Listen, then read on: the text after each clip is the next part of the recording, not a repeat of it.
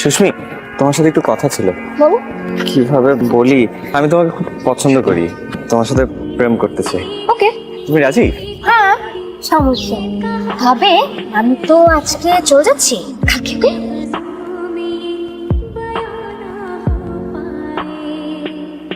আচ্ছা, কাল এসে আমি কি করব? গুগল সার্চ করি। রাস্তায় প্রপোজ করার পর কি করতে হবে? হ্যালো হ্যালো মামা, তুমি কই? আম্মু, আমি থানায় আছি। শোনো না মামা, আজকে না আমাকে রাস্তায় একজন প্রপোজ করেছে। বলো কি? ওর নাম হলো রিমান। তুমি ওর নাম ঠিকানাটা আমাকে দাও তো। নাম তো রিমান, ঠিকানা তো জানি না। তুমি কোনো টেনশন করো না, আমি ওকে খুঁজে বের করবো। ওকে, বাই বাই। আর সুলেমান, টেকনো কোচিং সেন্টারে রিমান নামে একটা বখাটে ছেলে আছে, রাস্তায় আমার ভাগ্নিকে ডিস্টার্ব করে। ওর ঠিকানা জোগাড় করে বাসা থেকে ধরে নিয়ে আসবে। ম্যাম, সবাই এখানে কেন? আমরা ক্লাস করব না? না, আজকে ক্লাস হবে না। ও, আজকে ছুটি? গতকালকে রিমান্ডকে পুলিশ ধরে নিয়ে গেছে। রিমান ভাইয়াকে পুলিশ কেন ধরে নিয়েছে? এই, তুমি কোথায় যাচ্ছ? থানায় যাচ্ছি ম্যাডাম। তুমি থানায় গিয়ে কি করবে? আবার ওখানে কিছু হলে বাবা মাকে আবার জবাবদিহি করতে হবে। আমার কিছু হবে না ম্যাডাম। হাই, তোমার এই অবস্থা কেন? তোমাকে মেরেছে মামা? বাবা, তুমি থানায় কেন? আবার কোনো প্রবলেম? ওই ছেলেকে তো ধরে নিয়ে আসছি। তুমি ওকে ধরে নিয়ে আসছো কেন? কারণ ও তো তোমাকে রাস্তায় ডিস্টার্ব করছে, তাই। রিমান ভাইয়া তোমাকে রাস্তায় ডিস্টার্ব করতো না। তুমি যে কমপ্লেন করলে, আমি তো কমপ্লেন করি নাই। কাল না তুমি আমাকে ফোন করে জানালা। পুলিশকে কল করলে কমপ্লেন হয়। সরি মামা, ওকে তোমার মারলা কেন? তুমি কমপ্লেন করলে আমি মারবো না? কমপ্লেন করলে মারতে হয়। রিমান ভাইয়া অনেক ভালো একটা ছেলে, আমাকে কখনো ডিস্টার্ব করে নাই। অনেক সুন্দর করে আমাকে প্রপোজ করেছিল। সেটা তুমি আমাকে কেন জানালা? আমি তো গুগলে এটা সার্চ। এই কথা খুশিতে আপনাকে জানিয়েছি। ও, তুমি ওকে ছেড়ে দাও, চলো। তুমি আমার একটা কথা বলো তো, তুমি যদি রাজি না হইতো তুমি আমাকে বলে দিতে, আমরা একটু কমপ্লেনও করলাম। আমি বুঝলাম না বিষয়টা। গুগল বললো তো। গুগল মানে? আমি তো তার আগে কখনো প্রেম করি নাই। তুমি রাস্তায় কেউ প্রেমের প্রপোজাল দিলে কিভাবে রিয়াক্ট করতাম? লিংকের মধ্যে না, লাস্টে একটা লিংকের মধ্যে আমি জাস্ট গেলাম, তারপরে বলে পুলিশকে জানাতে। মামা তো পুলিশ, ভাবলাম মামাকে একটু জানাই। আমরা প্রেম করবো না? হসপিটাল যাই আগে, ইচ্ছা থাকলে করবো। হ্যাঁ,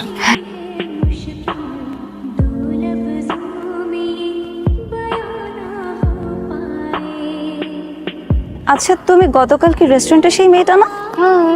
তুমি তোমার বয়ফ্রেন্ডকে মারছিলে কেন? তুমি না তোমার বয়ফ্রেন্ডকে মারছিলে, এটার জন্য আমি আমার বয়ফ্রেন্ডকে। আমি ওকে মেরেছি, ও আমার সাথে চিটিং করছিল। ও একই সঙ্গে আমাদের দুইজনের সাথে রিলেশনশিপে ছিল। ও তো আমার সাথে চিটিং করে না। তোমার ওকে সরি বলা উচিত। আচ্ছা, দেখো কি করে। সরি, আমার কি দোষ বলো? তুমিই তো বলেছিলে ফলো করতে। তোমার এখন থেকে কাউকে ফলো করতাম, গুগলই ফলো কর, ওইটাই নিরাপদ। তাই বলতে চাচ্ছিলাম, গুগল অনেক সেফ। দেন গুগল।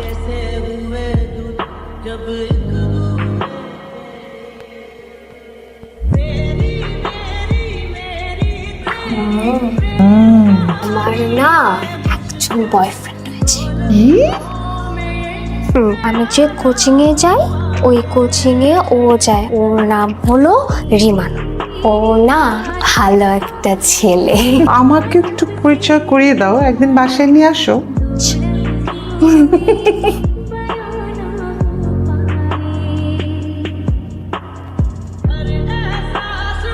তোমার মা কি সত্যি আমাকে ডেকেছে? মিথ্যা বলি? সেটা বলছি না ম্যাম।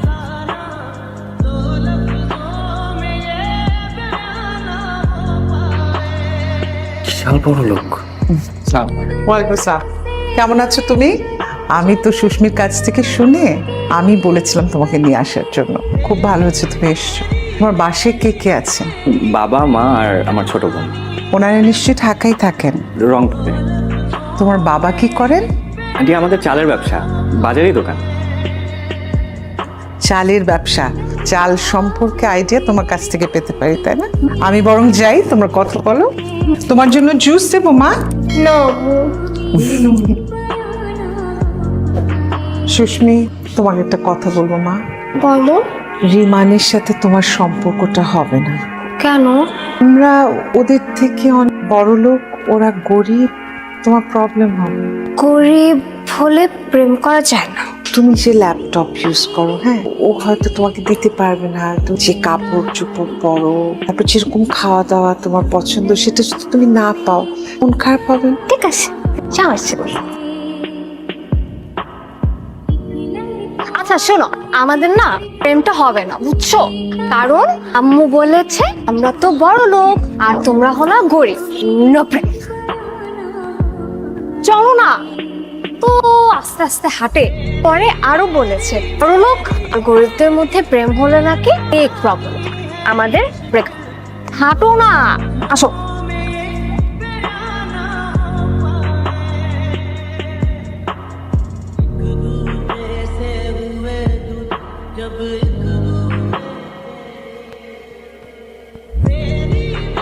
তোমার হাতটা একটু দিবা?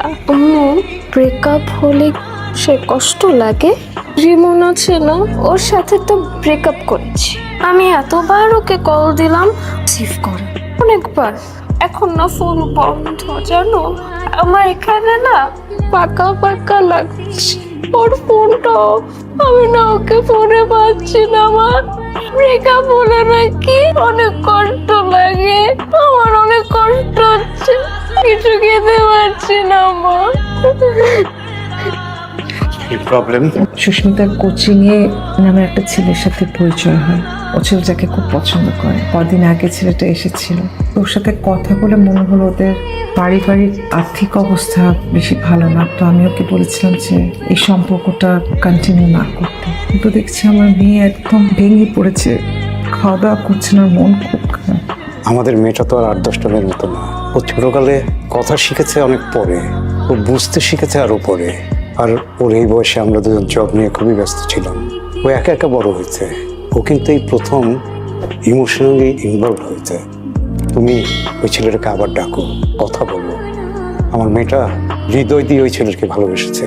এখন যদি ধনী গরিবের সম্পর্কটা মাঝখানে এনে আমার মেয়েটাকে কিছু বলি, ও অ্যাবনর্মাল হয়ে যাবে। তুমি এই ছেলের সাথে কথা বলো। রিমান, কোথায় যাচ্ছ? বাড়ি চলে যাচ্ছি। পড়াশোনা? আমাদের ওখানে কলেজে ট্রান্সফার করবেন। তোমার কি একটু সময় হবে? বেশিক্ষণ সময় নেব না, প্লিজ। রিমান, তুমি নিশ্চয়ই সুস্মির সাথে